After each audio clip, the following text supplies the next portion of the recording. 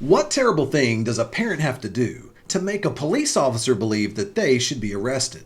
I'm Jeff Hampton, and as a former prosecutor turned the people's lawyer, I've seen cops arrest people for some really dumb things.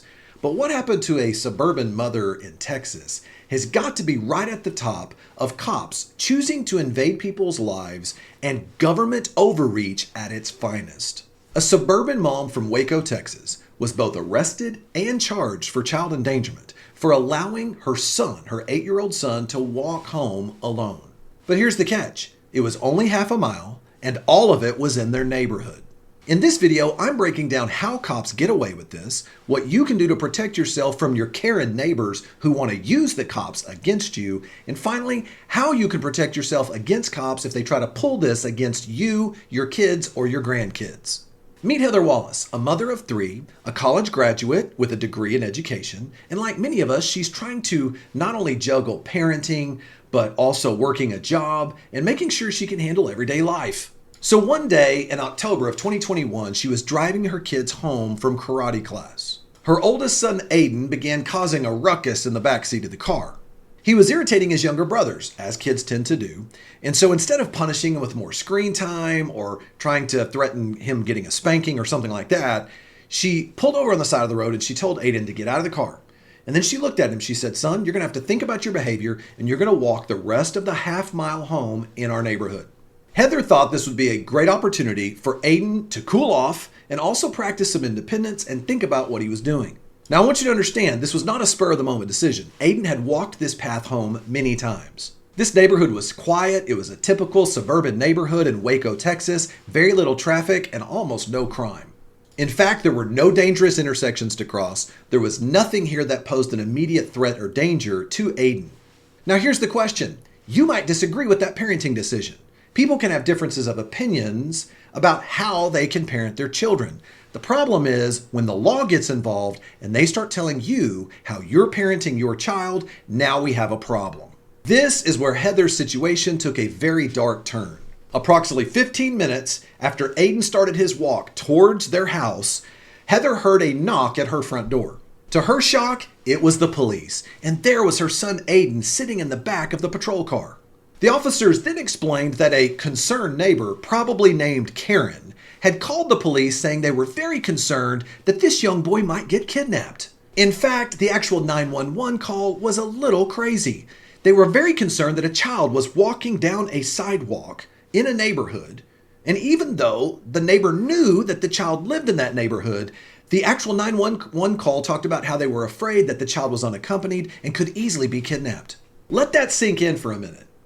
A woman in a neighborhood sees children walking down a sidewalk where everybody else walks, and she becomes so concerned that she believes the police need to come and now investigate those parents.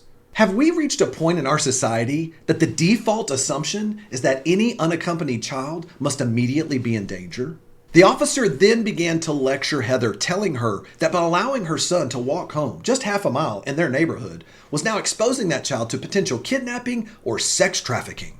Now, the officers did acknowledge during this interaction with Heather that it was very rare for something like this to happen in their neighborhood, but that it might be more common in the actual downtown area of Waco, which in reality is not true.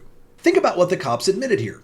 They admitted that the area the child was walking in was safe, but then they created these hypothetical dangers to justify their actions. So how did the cops justify arresting this suburban mother for such a thing? Under Texas law, specifically under Section 22.041 of the Texas Penal Code, child endangerment is no joke. The statute defines the offense as a crime occurs when, quote, intentionally, knowingly, recklessly, or with criminal negligence, someone places a child under 15 years old in imminent danger of death, bodily injury, or physical or mental impairment. The worst part about this is that it's a felony. And because it's considered a felony, it has penalties of up to a $10,000 fine and up to 20 years in prison. Think about this. Of course, parents should be arrested and charged if they're truly abusing or neglecting their children or abandoning them. But imagine facing a potential 20-year sentence for letting your kid walk home alone in a safe neighborhood.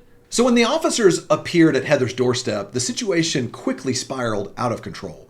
As cops are trained to do, they immediately began questioning her, pressing her, asking her, did she really think it was reasonable to allow her son Aiden to walk home? Was that putting him in a safe place? In fact, one officer kept reiterating over and over again how easy it would have been for Aiden to have been kidnapped or maybe trafficked. Heather continued to sit there patiently and listen to what the police had to say, and at some point, one of the officers actually said, quote, "Now that you're aware of these risks, could you still let your son walk home alone?" Heather, of course, now was caught off guard. She was shocked. She couldn't believe she was being accused of a crime. And so in the moment of her panic and not knowing what to say, she responded, I don't know. That was all it took for the officer to take what she said as a potential admission that she knew she had done something wrong. And it was in that moment she told her to put her hands behind her back. She was now under arrest. She would be taken into jail, and at this point, she would be booked in for a second-degree felony. To understand whether Heather should have even been arrested at all, we need to take a look at case law, and we need to dive a little bit deeper into this Texas statute. Under Section 22.04 of the Texas Penal Code, the law is very clear about what the state must prove beyond a reasonable doubt. The state must prove that Aiden was exposed to a substantial and immediate risk of harm. I'm going to say this loud and clear. The law does not allow for speculative or hypothetical risks to cut it when it comes to this proof. In fact, the 1994 case of Miller v. State made it clear.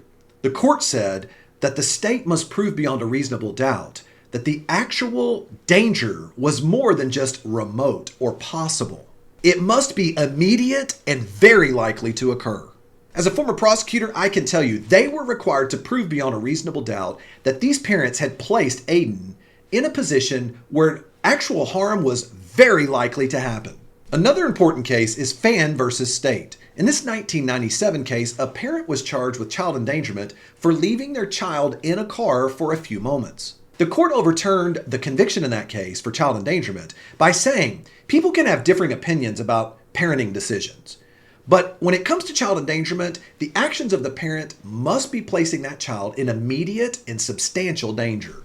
This case is especially important to Heather's situation because some people might feel like Heather did not use the right judgment in deciding to let Aiden walk home alone. But just because you think she might have exercised poor judgment doesn't mean it was a crime. So let's break this down. Number one, Aiden was familiar with the route home. Aiden admitted to the police that he had walked this distance home multiple times. He knew the route. He knew exactly how to get home, which means he wasn't going to get lost or put himself in a dangerous situation.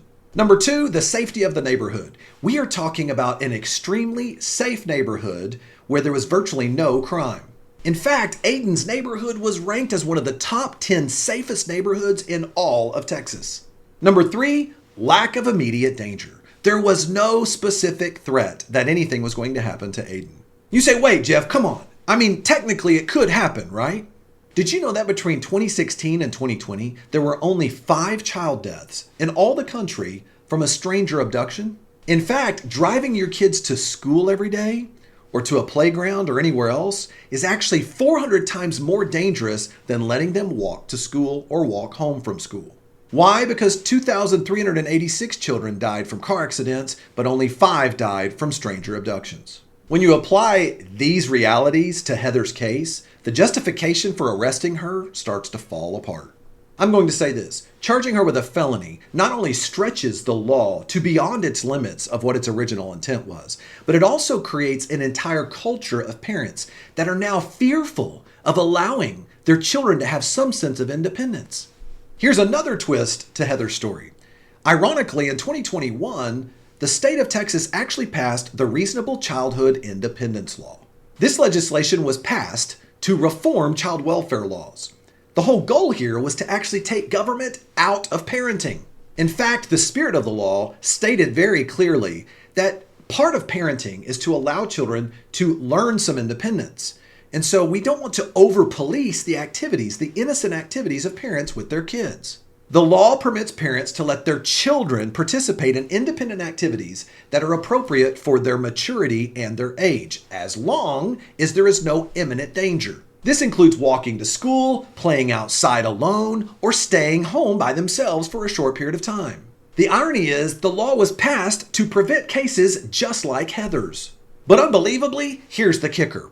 The Reasonable Childhood Independence Law applied to the family code, but they didn't update it for the criminal code. Think about this for a minute. That means when CPS investigated what Heather did as a mother, they ruled that what she did was lawful and she should be able to continue to maintain custody of her child, but yet the district attorney steps in with the assistance of the police, and now they decide what she has done is a criminal offense worthy of a felony charge. Although CPS completely dropped their investigation, sadly the criminal charges proceeded forward. Now, before we finish up the story of what happened with Heather and her family, I want you to imagine for a moment having a caring neighbor who believes they know how to live your life better than you do. Sadly, we have a lady calling into the police claiming that this young boy could be kidnapped. Why? Because unfortunately, this woman is insecure herself. She believes we live in such a terrible society that any young man walking down the street by himself must be immediately in danger and could be kidnapped at any moment. In fact, this Karen neighbor immediately allows herself in her imagination to go to the worst case scenario. You combine this with the media that always focuses on the worst case scenario and grabs one situation and applies it to everyone, and now you end up having a culture and society that is operating out of fear. And when this happens, be careful, because now you can have Karen neighbors that now want to police your life. So how do you deal with Karen neighbors like this? First of all, do not communicate with them and do not feed into their paranoia. Secondly, if they start reporting you to the police, you do not have to validate their opinion or their report by answering police questions. In this situation, Heather could have told the officer, "He is my son, I've done nothing wrong, I'm exercising my right to remain silent, and I'm also exercising my Sixth Amendment right to counsel, and I will not answer any further questions without my attorney present." What does this do? It puts all the pressure back on this cop to come up with enough information to establish probable cause to justify anything further in terms of a criminal investigation. At this point, the cop either has enough for probable cause or he doesn't. The worst thing for Heather to do is to believe she can somehow talk her way out of being arrested or change the police officer's opinion. Let me ask you, if this is the new standard, should we be arresting every parent who allows their kids to walk home from school? What about the school districts who don't provide busing for kids unless they have to walk half a mile in order to get there? Is that child endangerment? Are kids no longer allowed to ride their bicycles around the neighborhood or explore their communities all on their own and learn a little bit of independence? Come on, man. So facing this felony nightmare of a charge, Heather had a very difficult decision to make. And I'm going to tell you, I believe this is the tragedy of the entire situation. She knew that she was facing up to 20 years in prison. She also knew that if she became a convicted felon, she could never get it off of her record, and she had no idea how a jury would interpret what had happened. If she was somehow convicted, she knew not only would it affect her freedom, it could also affect their livelihood, their ability to make an income, and thirdly, it may affect her ability to even see her own kids. Amazingly, Heather's attorney actually advised her to consider taking a plea deal. Now, I'll be frank with you, I don't know all the specifics of the plea deal. I don't know exactly what she pled to standing in front of the judge, but it did require her to do a plea before the judge, admitting she had done something wrong. In fact, she had to write a statement multiple times saying that she was sorry for what she did and that she was wrong and that it was criminal what she did to her son. And supposedly the deal allowed her to have a diversionary program where essentially upon completion of this program, she may still be able to get it off of her record. But let's be real here. There really wasn't much of a choice. Number one, she was going to have to pay an additional $7,000 if she wanted to go to trial with her current lawyer.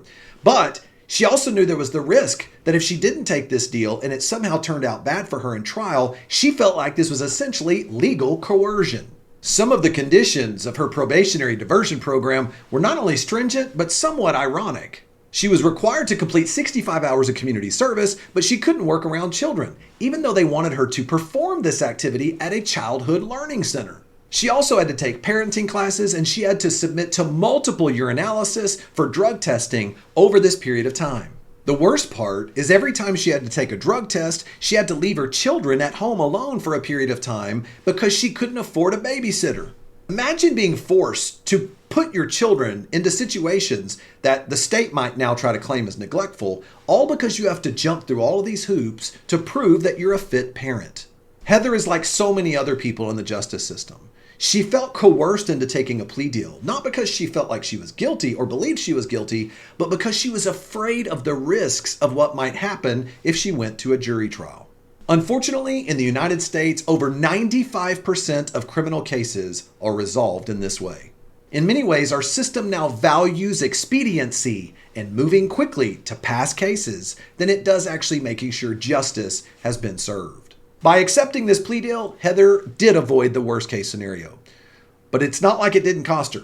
She ended up not only losing her job, she ended up losing half of their family financial income for the entire year, and it ended up costing her a reputation in the community where now she had to take any odd job she could find in order to help support the family. The implication of Heather's case goes far beyond her situation, though. Think about the implications nationwide when we as a culture and a society begin to see parenting in this way. If allowing a child to walk a short distance to home becomes now an actual felony charge, what does that say about our society and our culture?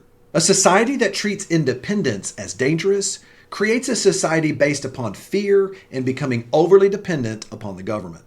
Now, before you think, oh, this is just one example that happened in Texas, let me give you a couple of other quick examples of this happening all over the country. In Maryland, the Madoff family, they made headlines when the police investigated their children, ages 10 and 6, that were found playing alone in a park. Despite the fact that this upper-class family lived in a safe, nice neighborhood, the police still chose to invest it and CPS got involved. There's also the case of Deborah Harrell in South Carolina, where she was criminally investigated because she allowed her 9-year-old daughter to play alone in a park. Once again, even though it was a safe, very nice, upper-class neighborhood, there was an investigation because people were afraid that child might be abducted. Let me start off by being clear that the United States Supreme Court has long held that parents have a fundamental right to make decisions that affect the care, custody, or control of their kids. In fact, in Troxler versus Granville, the Supreme Court very specifically ruled that this is a deep-rooted tradition and should be maintained as a part of our constitutional rights. But as I've said many times on this channel, what the Constitution says and how the police enforce that sometimes can be very different.